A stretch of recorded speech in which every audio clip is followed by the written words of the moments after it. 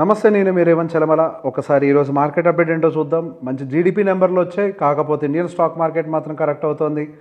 So బేసిక్గా దీనికి ఎలా అర్థం చేసుకోవాలి? So what was triggering the market fall even after a good GDP numbers?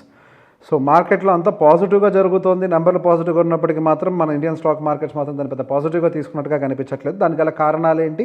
And next Indian stock మార్కెట్ని అప్సైడ్ బ్రేక్ చేయడానికి డ్రైవ్ చేసేటువంటి కీ ఫ్యాక్టర్స్ మనకి ఈ వారంలో వచ్చే అవకాశాలు ఉన్నాయి, వాటి గురించి కూడా మాట్లాడుకుందాం. సో ఈరోజు మార్కెట్ దాదాపుగా 0.55% కరెక్ట్ అయ్యి దాదాపుగా మనకి 26,000 అయితే ఒక స్ట్రాంగ్ సపోర్ట్గా యాక్ట్ అవుతూ నిఫ్టీ మాత్రం స్ట్రాంగ్గా సర్వైవ్ అయింది. And yes, every sector was under pressure, పర్టికులర్గా private banking has drag the market.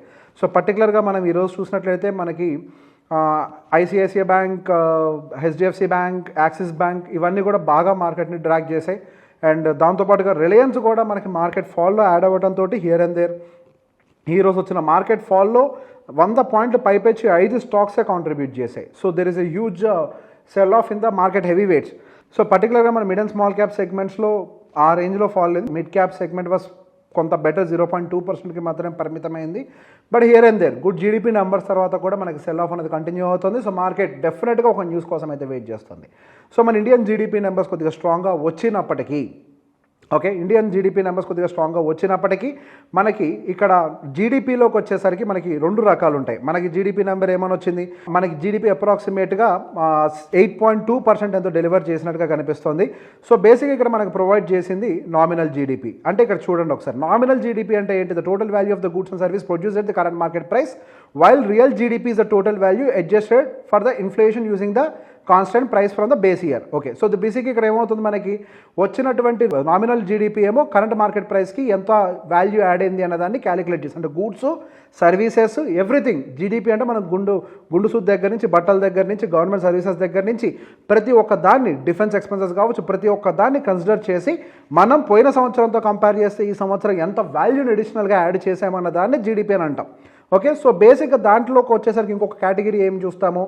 Right, inflation add చేసి ఒకటి చూస్తాం, ఇన్ఫ్లేషన్ మైనస్ చేసి చూస్తాం. మనకి గత 2 సంవత్సరాల దగ్గర నుంచి, సో బేసిక్గా మనకి 2 క్వార్టర్ల నుంచి ఏమవుతుంది, ఇన్ఫ్లేషన్ అనేది కూల్ ఆఫ్ అవుతుంది. ఇన్ఫ్లేషన్ కూల్ ఆఫ్ అవడం వల్ల ఏమవుతుంది, మన నామినల్ జీడిపి ఇంపాక్ట్ అయింది. సో చాలామంది అనలిస్టులు ఏం చెప్తున్నారు, మనకి ఇన్ఫ్లేషన్ అనేది తక్కువగా ఉంటుంది కాబట్టి, అంటే మనకి బేసిక్గా గ్రోత్ అనేది ఎక్కువగా రానట్టే. సో దానివల్ల కంపెనీల యొక్క నెంబర్లు కూడా పెద్ద ఎత్తున ఇంపాక్ట్ కాకపోవచ్చు, అంటే పెద్ద పాజిటివ్గా రియాక్ట్ కావు. మనకి ఇన్ఫ్లేషన్ ప్లస్ నామినల్ జీడిపి 2 కూడా ఇంపార్టెంట్ అని చెప్పేసి వాళ్ళు అంటున్నారు.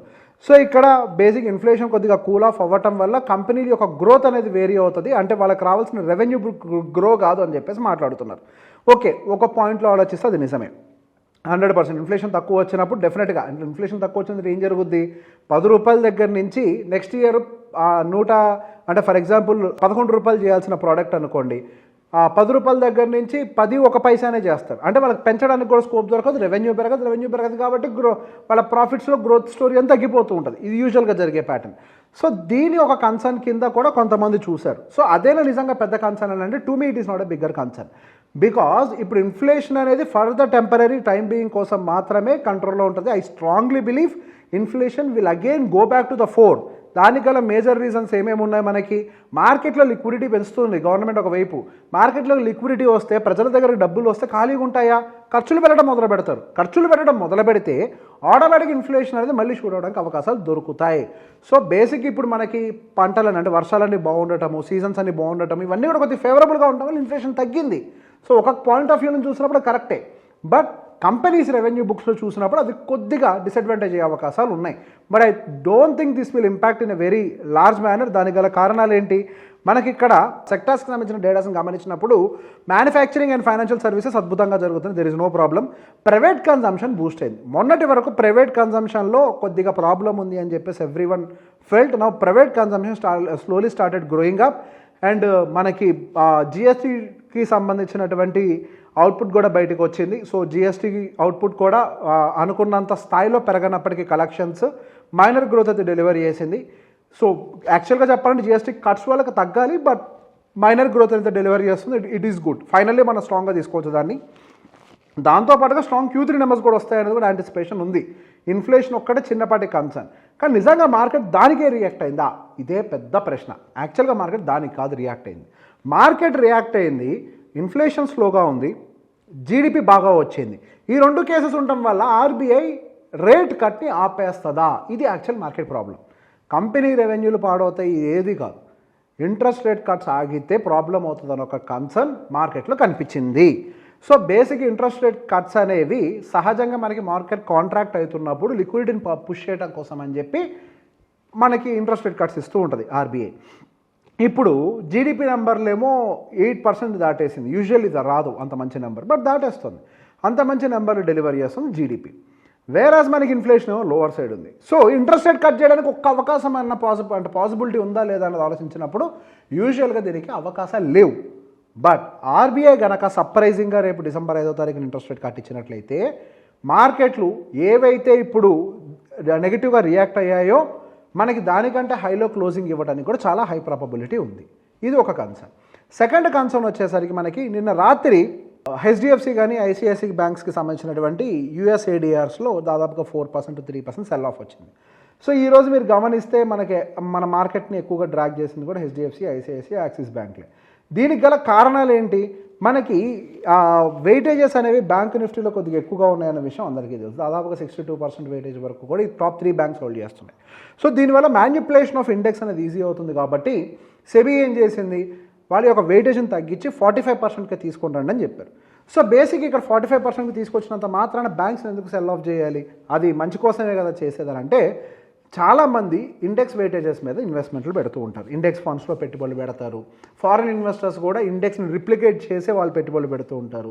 సో బేసిక్ ఇక్కడ ఏమవుతుంది, ఇండెక్స్లో వెయిటేజెస్ తగ్గడం వల్ల వాటిల్లో ఉండేటువంటి ఇన్వెస్ట్మెంట్స్ కొన్ని బయటికి వెళ్తాయి. సో బేసిక్ ఇది ఒక చిన్న కన్సర్న్ అంతే. సో బేసిక్ ఒక టైం తర్వాత ఇది కూడా సార్ట్అవుట్ అయిపోతుంది. పెద్ద కన్సర్న్ అంటే లాంగ్ టర్మ్ కన్సర్న్ ఏం కాదు, ఒక short term concern. So basic ఇది కూడా ఒక టైంకి సార్ట్అవుట్ అయిపోతుంది, పెద్దగా భయపడాల్సిన అవసరం అయితే లేదు. సో ఈ రెండింటి రీజన్స్ వల్ల, ఒకటి ఇంట్రెస్ట్ రేట్ కట్స్ ఉండవనే భయంతో, 2 ఈ రీబ్యాలెన్సింగ్ ఇష్యూస్ వల్ల మన ఇండియన్ స్టాక్ మార్కెట్లో కొద్దిగా సెల్ ఆఫ్ కనిపించింది. కానీ అది పెద్ద కన్సర్నింగ్ ఏం కాదు. డిసెంబర్ 5వ తారీఖు తర్వాత కనుక మనకి మంచి ఆర్బీఐ ఒక 0.25 ఇస్తే కనుక మార్కెట్ రికవర్ అయిపోతుంది. అవ్వకపోతే కొద్దిగా కన్సాలిడేట్ అవుతుంది. అది పెద్ద విషయం ఏం కాదు. Consolidation is also healthy. Okay, దాని గురించి కంగారు పడిన అవసరం లేదు. సో దాంతోపాటుగా కొద్దిగా జపనీస్ ఎన్క్యారీ రేట్కి సంబంధించిన ఇంట్రెస్ట్ ఇష్యూస్ అయితే కనపడుతున్నాయి. వాళ్ళ ఇంట్రెస్ట్ రేట్ సెంట్రల్ బ్యాంక్స్ పెంచొచ్చు అని ఒక యాంటిసిపేషన్స్ తోటి వాళ్ళ బాండ్ డీల్స్ కూడా పెరుగుతున్నాయి. సో యూజువల్గా మనకి జపాన్లో ఇంట్రెస్ట్ రేట్స్ అనేవి ఉండవు కాబట్టి అక్కడ అప్పుగా తీసుకొని డబ్బుల్ని చాలామంది యూఎస్ మార్కెట్స్లో పెట్టుబడులు పెడుతూ ఉంటారు. ఇప్పుడు ఇంట్రెస్ట్ రేట్స్ పెరుగుతున్నాయి కాబట్టి అక్కడి నుంచి కొద్దిగా రిడిమ్షన్స్ వస్తాయని యాంటిసిపేషన్స్ తోటి యూఎస్ మార్కెట్స్ ఆల్రెడీ స్ట్రగుల్ అవుతున్నాయి. సరే, ఇండియన్ మార్కెట్స్లో కూడా ఏమైనా వస్తాయి. పెద్ద ఎత్తున వాళ్ళు ఏమీ మన దగ్గర హోల్డింగ్స్ ఏం లేవు. ఏమైనా వచ్చినా కానీ ఒక చిన్నపాటి అమౌంట్స్ వస్తుంటే దాని గురించి మనం పెద్దగా పట్టించుకోవాల్సిన అవసరం అయితే లేదు. అండ్ యూఎస్ ఇండియా ట్రేడ్ డీల్కి సంబంధించి కూడా ఆల్మోస్ట్ నియర్కి వస్తున్నారని మాట్లాడుతున్నారు లేండి. కానీ బట్ హోప్ఫుల్లీ డిసెంబర్ ఎండింగ్ కల్లా అట్లీస్ట్ కంప్లీట్ అవుతుంది అనేది మనం యాంటిసిపేట్ చేద్దాం. బట్ ఇక్కడ ఎఫ్ఐఐస్ మాత్రం పెద్ద కన్సర్న్ ఉంది. ఇంకా 81% షార్ట్ పొజిషన్స్ని మెయింటైన్ చేస్తున్నారు. అండ్ దాంతోపాటుగా వాళ్ళ యొక్క సెల్లింగ్ యాక్టివిటీ చూస్తే నిన్న మాత్రం వాళ్ళు చాలా మినిమల్ గట్టిగా 1100 కోట్లు సెల్లింగ్ చేశారు. అండ్ డిఐఎస్ బయింగ్ మాత్రం 2500 వరకు బాగానే స్ట్రాంగ్గానే ఉంది. డైలీ డేటా ప్రకారం 1100 కోట్ల వరకు సెల్లింగ్ చేశారు. 2500 వరకు డిఐఎస్ బయింగ్ అయితే వచ్చింది. సో వాళ్ళ యొక్క సెల్లింగ్ అనేది గతంతో కంపేర్ చేస్తే 3000 కోట్లు 5000 కోట్లు కన్సిస్టెంట్గా చేసేవాళ్ళు. దాంతో కంపేర్ చేస్తే చాలా కంట్రోల్లోకి వచ్చిందనే చెప్పాలి. అండ్ వీళ్ళ యొక్క షార్ట్ పొజిషన్స్ మరీ ఎక్కువగా ఉండడమే కొద్దిగా కన్సర్న్, అలారమింగ్గా కనిపిస్తున్నాయి. But at any given point of time one good news can close all the short positions. అన్వైండింగ్లో భాగం కింద మన ఇండియన్ స్టాక్ మార్కెట్స్ ఇంకా మంచి అప్ మూమెంట్లోకి రావడానికి కూడా చాలా హై ప్రాబబిలిటీ అయితే కనపడుతుంది. As of now Indian stock మార్కెట్లో పెద్ద ఎత్తున రిస్కులు కనపడుతున్నాయని అంటే I don't think so. There is no big risk. Yes, ఏదో చిన్న చిత్తగా అప్డేట్స్ కూడా ఉన్నాయండి. ఏదో హెచ్డిఎఫ్సి బ్యాంక్లో 91 lakhsకి సంబంధించిన కేవైసీ వయలేషన్, అవన్నీ పెద్ద న్యూస్లో ఏం కాదు. అవన్నీ చిన్న చిన్న ఇష్యూసే, బట్ వాటన్నిటిని ఇగ్నోర్ చేయొచ్చు. బట్ ఓవరాల్గా చూసినప్పుడు మన Indian stock market, yes, there is a very strong bullish momentum about to come. కొంచెం కొద్దిగా అయినా మనకి India US trade deal and interest rate cuts ఇవన్నీ కూడా ఒక పాజిటివ్ ట్రిగ్గర్గా ఉండే అవకాశాలు ఉంటాయి. సో ఈ వీకెండ్ మళ్ళీ మన మార్కెట్ అనాలిసిస్లో కలుద్దాం. Thank you very much.